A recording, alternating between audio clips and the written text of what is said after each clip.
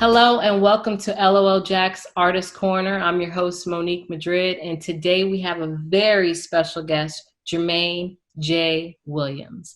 He's an author, he's a musician, and he is an activist in the community, and he's got a really cool project that we're going to talk about today. So welcome to the show. Thank you. Thank you for having me. Yeah. So let's just right off the bat kind of dive into the question. So you have a documentary. So one, I want you to tell us a little bit about the documentary, but tell us why you wanted to tell your story and why your story was so different and why you felt the need to have to do this documentary. Like, why did it need to be out, you know? Yes, ma'am. Well, I am activist, like you said, activist, author, and musician. But during that time of like at the height of my activism and while writing the book, I had a secret that a lot of people didn't know. I was a cocaine addict and an alcoholic. So I felt like I was living two different lives, in the public eye, in the press, and in the community. I was, in a way, felt like I was not living by my own words. And, it came to a point to where it was going to spill over. And I came out public on Facebook, letting everybody know that I was dealing with this substance abuse problem. And that's when I began to get sober. But I wanted to tell this story for people that were in my position. Now, this year will be 5 years clean for me.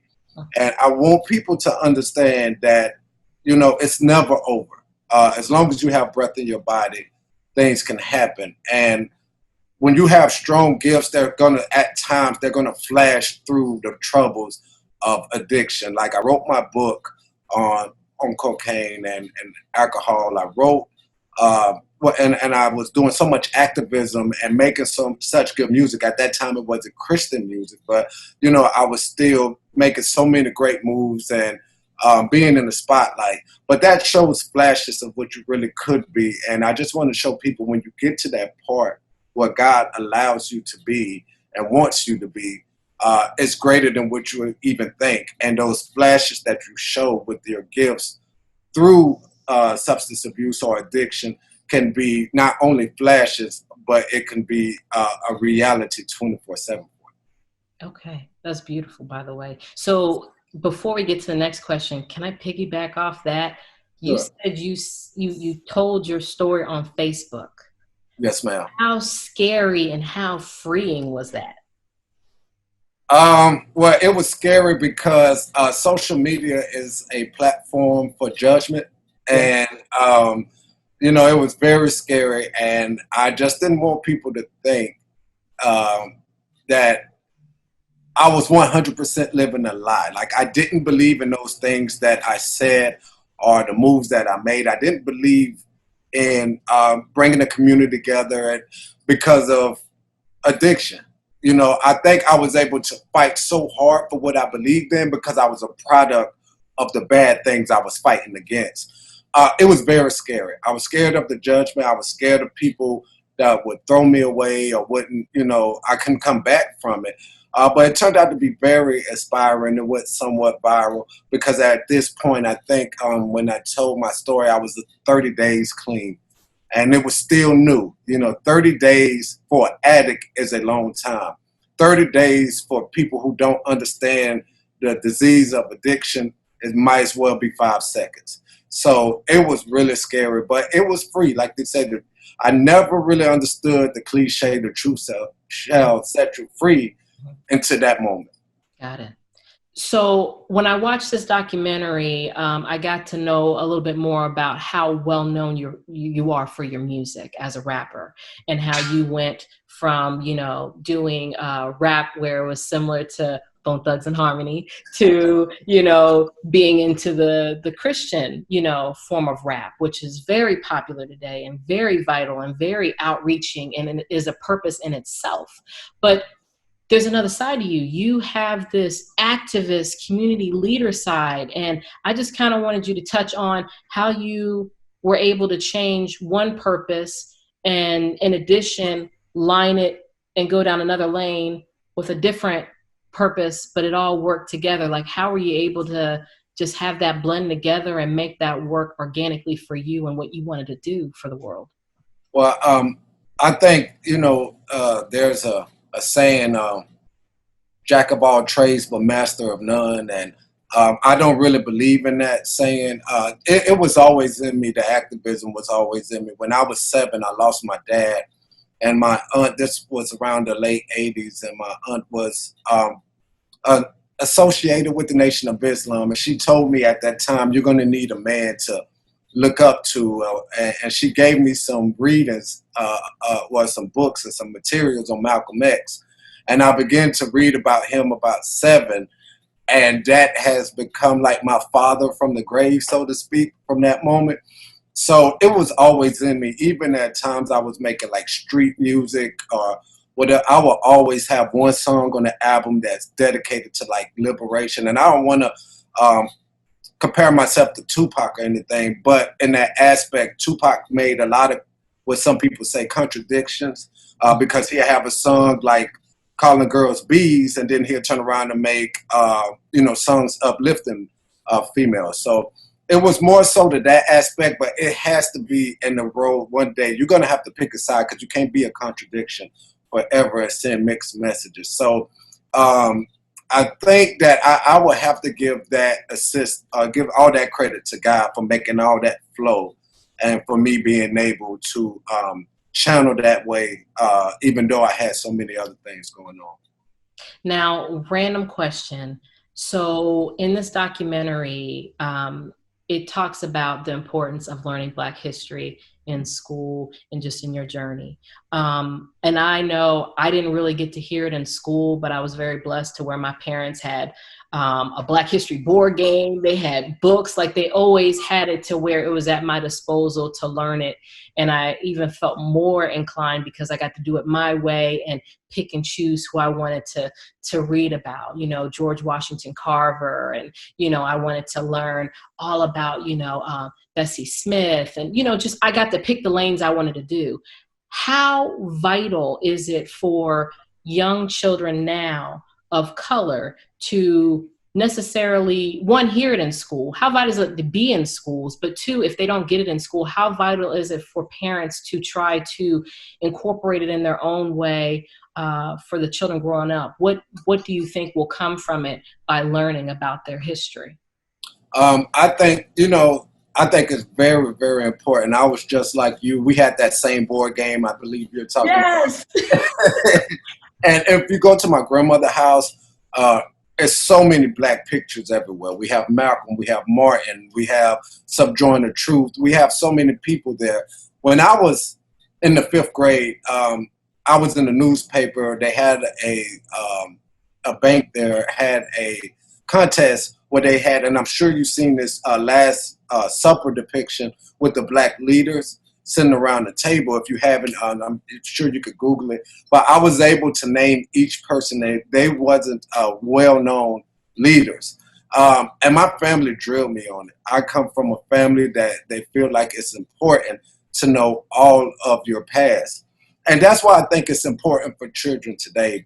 Because if we're in school and they don't go in depth about Harriet Tubman or Nat Turner or some of these great people of our past that brought us to what we are today, I think we're going to be in trouble, because all we know is that we were picking cotton, and picking cotton doesn't motivate no one to be great. You have to know who these people were. I mean, I was very mad at my school system because I didn't know who Sojourner Truth was, and her story is amazing. I had this one white girl that I was working with back in 2014, and she asked me, why do I always talk about Malcolm X? He hated white people. And I told her, maybe you need to go look at him. And she came back about a week later, was like, I am mad that my school robbed me of this great man. So, when you depend on someone to tell you who these people are and where we came from, and they always start and end with picking cotton and marching, that does a big blow to what we could become, because, everybody else, whether no matter what ethnicity they are, they have these great things that they have done, and it's presented to them in the school system. But ours start with slavery and end with Jim Crow, and there's nothing great about that. Right. Okay, so now you're from Pensacola, Yes, ma'am. but you moved to Jacksonville. So one, thank you for bringing your talent to Jacksonville, but two, how important is it to be in Jacksonville? How has that helped you grow as an artist and all the platforms that you want to do? Well, it helped me tremendously. I love Pensacola. My heart is in Pensacola. I'll always be Pensacola. You gave But a lot Jackson, of shout outs, by the way, to Pensacola in this documentary. I I love love it. my and Jacksonville was vital. This is my second home. I got clean in Jacksonville. The miracle of um, getting clean, where God spoke to me, that happened here in this city.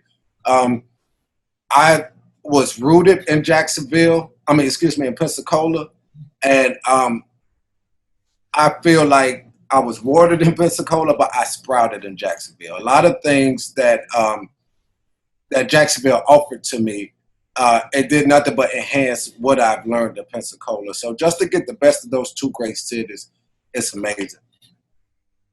Now, let me ask you, so with this documentary, what is your goal or what is the hope that you want people to take from it? Well, I hope that people that are in situations as bad as I was, ready to commit suicide, can see somebody like me, somebody that was, if you will, was at the top, was still producing so much great things, and still was struggling, and was ready to end it all through suicide, and fought through everything, and greater came. So I just want them to know that, and this is for anybody, because it could be taken to any aspect of life, but especially the addicts and suicidal.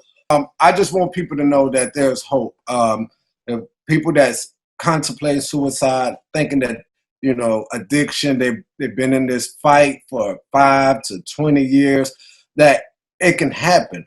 I mean, like I was very open in some of the struggles that in this documentary, and some of the things that I'm very shameful of, that I still have PTSD, even though I've been clean for 5 years, it still bother me. So I just want everyone to know that there's greater later coming, and it can happen.